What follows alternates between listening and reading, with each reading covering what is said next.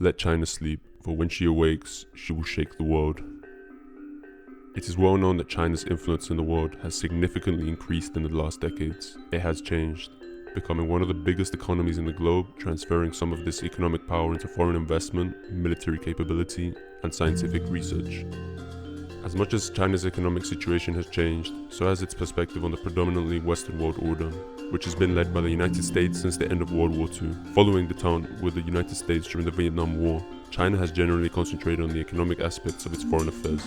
However, in the last decade, China has changed its economically focused relations and has developed a more hawkish foreign policy strategy called wolf warrior diplomacy, otherwise known as Jianlang Waijiao in Mandarin.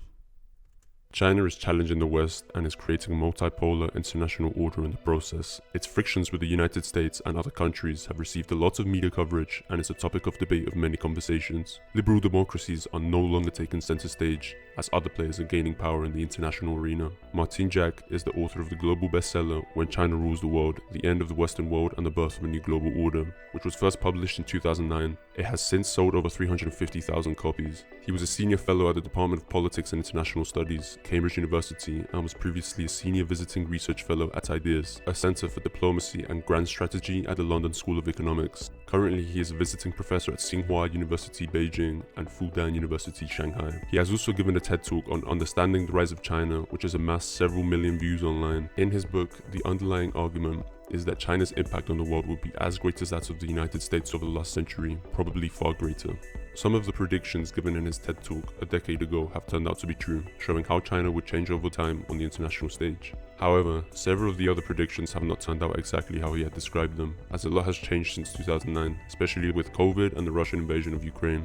Nevertheless, his book gives a greater insight into the possibilities and some predictions for international relations in the future, as well as a closer insight into how China functions and some of its philosophies and the differences to those of the West. Will China overtake the US? Where is the relationship between all these states headed? What are China's aims in the coming years? These questions are some of the many that are currently being asked all around the world. This video will delve deeper into this topic and try to find some answers to these questions. The Western World Order.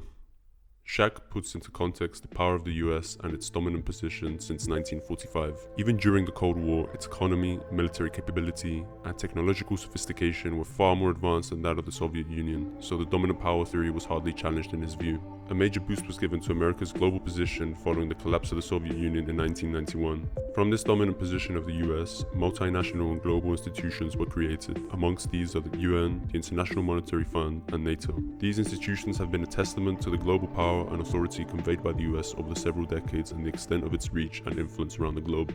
Before this, European nations like Britain, France, and Germany had held this position in the world, along with Spain, Portugal, and the Netherlands to a lesser extent before them. Therefore, for over 2 centuries, the West has dominated the world. China's rise has caused an unrest amongst these Western states, as it is one of the first non-Western powers to rise within this international order. A new multipolar world order is now being created in the process. China is challenging the US's role and attempting to gain allies of its own, creating a division in the international relations stage. As of recent, Russia has become one of its biggest partners. This has especially been accelerated since Xi Jinping announced in February that China's relationship with Russia would have no limits.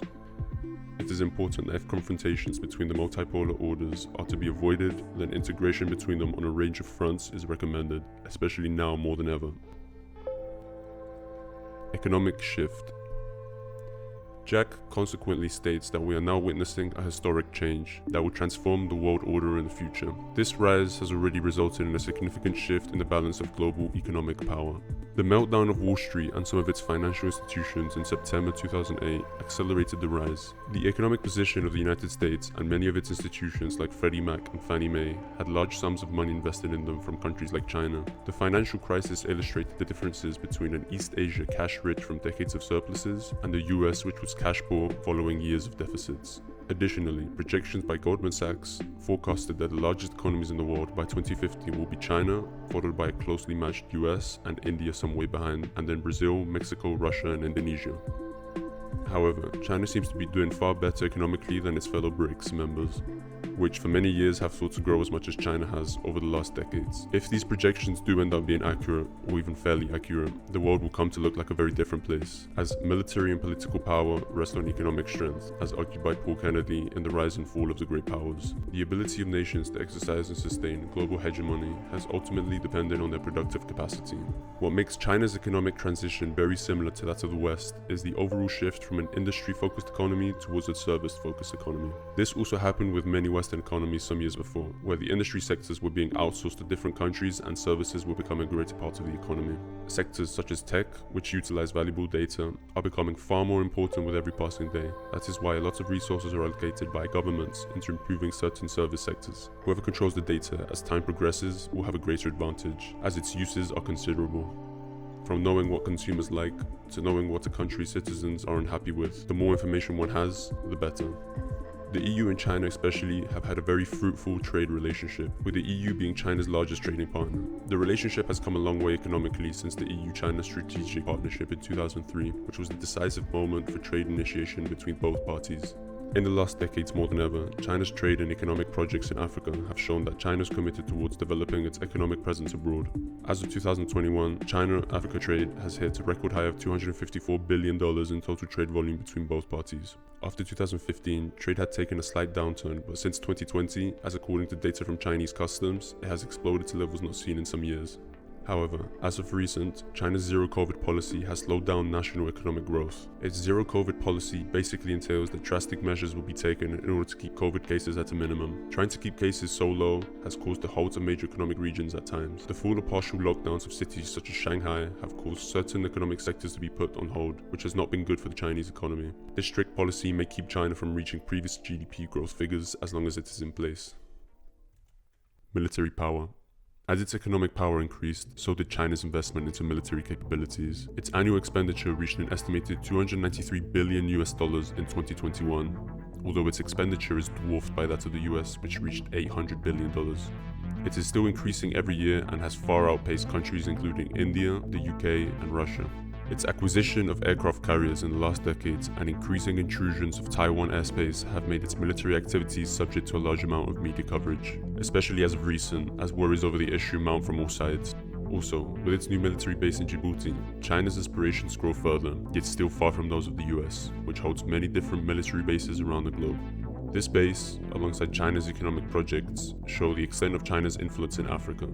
It is thanks to the size of its economy, which is amongst the biggest in the world, that it can finance this military research and capabilities. As with little to no economy, a large military and defense research cannot be sustained in the long run. China is aiming to rival the military power and expenditure of the US, something that has not been seen in many decades, and it will require lots of resources, alliances, and strategically placed bases outside of Asia to do so.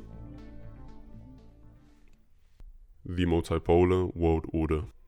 With China's global power at a peak and domestic problems mounting, China is likely than ever before to make its threats real. Xi Jinping, faced with increasing national economic, demographic, and strategic problems, will be tempted to use China's rising military power to transform the existing world order into a multipolar one while he still has the opportunity. This notion of the multipolar world order has become far more real when in February 2022, Chinese President Xi and Putin declared a partnership with no limits between their countries. These two countries push back against the current world order and are aiming to create their own multipolar world order. Adding to this, Chinese officials insisted that America caused Ukraine's invasion by enlarging NATO up to Russia's borders, whilst also not conceding that Russia is committing unjustified acts of terror to the people of Ukraine. This has not eased tensions between both factions and has only increased worries further, in some ways spilling over onto other topics such as Taiwan, furthering the case for the multipolar world order. In the end, whether a new multipolar world order emerges is significant, however, it's not what truly matters. What is essential is that relations between countries are stable and military invasions and wars are not suddenly viable options. States can, and should, still work together no matter what part of the order they may be or emerge in. Globalization over the last decades has made us more interdependent in many facets and much more interlinked than it may seem. Military-based results will just deter all of us from achieving solutions towards common problems and cause more chaos. Some of these global problems include poverty, climate change, and education, and they can only be dealt with through the collective cooperation of nations. People's well-being and freedoms should still be prioritized in the wake of the multipolar order and should not be forgotten in the pursuit of hollow and unethical goals.